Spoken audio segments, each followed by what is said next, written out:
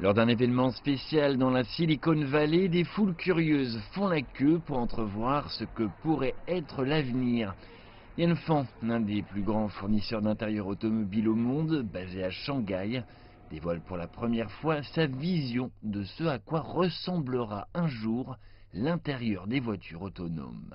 Avant qu'il n'arrive, vous pouvez voir qu'il se nettoie tout seul.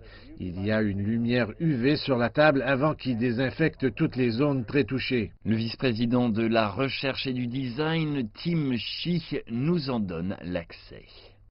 Un simple scan de la paume de la voiture nous accueille. Nous aurons donc un nom et le nom du conducteur désigné, et les sièges pivoteront.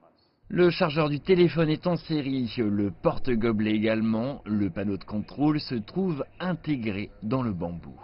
Donc ceci est un écran tactile. Ça l'est, donc vous retournez comme ceci au menu. Vous pouvez, par exemple, contrôler la température. Les commandes comportent également une technologie de la société Novato appelée casque virtuel. La musique n'est diffusée que pour moi. Vous êtes le seul à recevoir ces données. Waouh! Je peux entendre de la musique dans mon oreille et tu ne peux pas m'entendre. C'est assez incroyable. C'est difficile à capturer en vidéo, mais notre caméra peut détecter une trace de ce que j'entends lorsque nous plaçons notre microphone à côté de mon oreille. Le partage du trajet du futur ne serait pas complet sans une banquette arrière confortable, pouvant également divertir. Vous pouvez simplement être près de la surface et cela va interagir.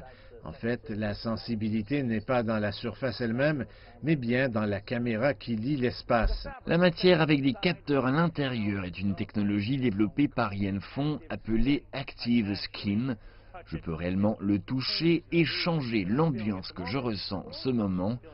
Ou si je me sens plus enjoué, je peux même jouer à certains jeux. Je pouvais absolument voir des scénarios où cela se trouvait dans mon garage et je remontais la côte. Et aujourd'hui, je ne veux pas conduire, je veux juste regarder. Selon M. Yanfan, 70% des innovations de leur concept sont prêtes à entrer en production. Le lien émotionnel avec une voiture a toujours été très fort. Il est très motivé par le design extérieur et l'acte de conduire. Désormais, l'acte de conduire disparaîtra avec le temps et le design extérieur deviendra moins important. Dans notre vision future, nous nous concentrons également sur l'opportunité de créer ce lien émotionnel avec l'intérieur. Hendrix dit que lorsque les passagers prennent l'avion ou le train, ils sont moins préoccupés par son apparence à l'extérieur que par l'ambiance à l'intérieur.